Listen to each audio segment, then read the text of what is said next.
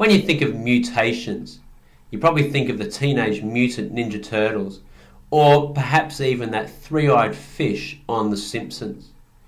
And whilst those are mutations that are quite overt and extreme, some mutations can be quite subtle. Some mutations might have no effect on the organism. Some mutations might be fatal, and some also can be serious.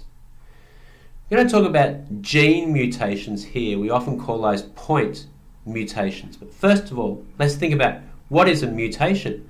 A mutation is simply a change in the DNA.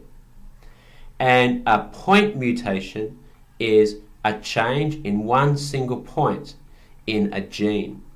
And we can have different types of point mutations. Substitution, so that means a nucleotide is switched with another nucleotide. An additional nucleotide is added. Deletion, so a nucleotide is deleted. And also an inversion of a triplet. So we're going to work through each of those and see what effect this can have on the gene. So we've got a little part of mRNA here. So of course the mRNA has been transcribed from the DNA.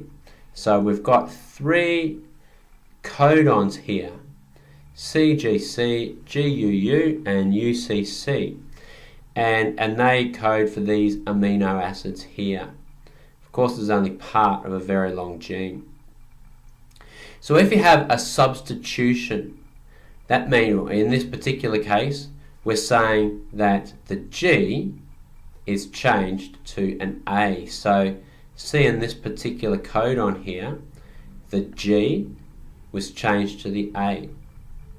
And then so it's AUU instead of GUU. And that means instead of coding for VAL, now codes for ILE. So we've made a change in one amino acid only. Now that may have an impact on the protein that gets formed.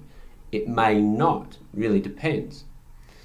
Maybe in a part of the mRNA that an intron, for example, that doesn't actually code for the protein, it's going to be sliced out or spliced out. We don't know. But certainly it's changed one amino acid. Now, a deletion is where we actually remove a whole nucleotide. So in this case, see, the G has been removed. So that means that we've had what we call a frameshift. So every one of the nucleotides after that moves along the row ones.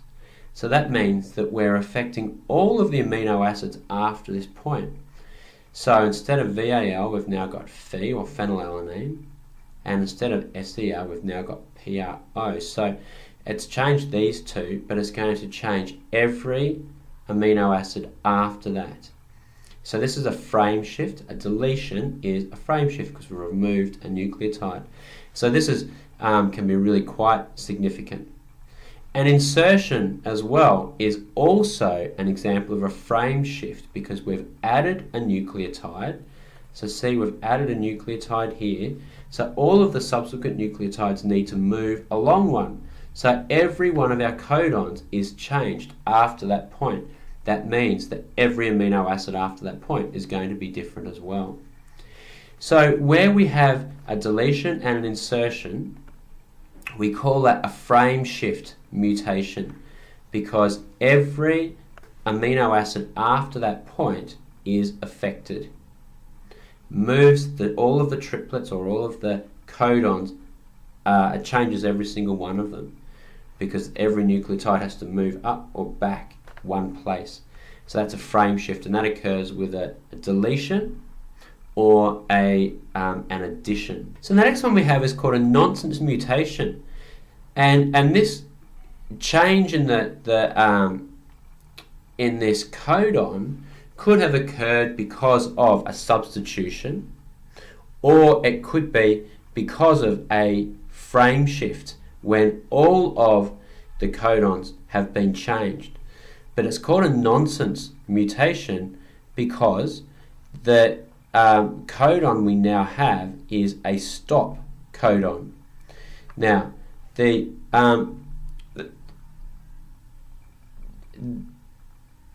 so a stop is a real issue because that means that this is where the transcription of the mRNA stopped, regardless of how many more bases there were meant to be in the mRNA. It stops at that point. And of course, that's where the protein synthesis is going to stop as well. So once this mRNA goes to the ribosome, it's going to stop translating at that point as well when it says stop, because that's the end of the mRNA.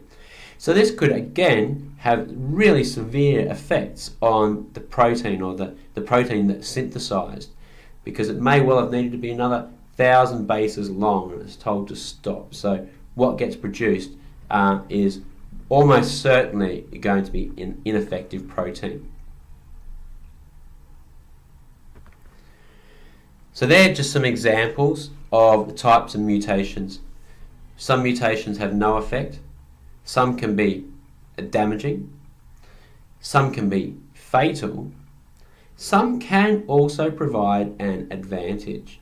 And this is where natural selection comes from, that variation that occurs in natural selection. So some mutations can be beneficial, but frequently they're actually negative.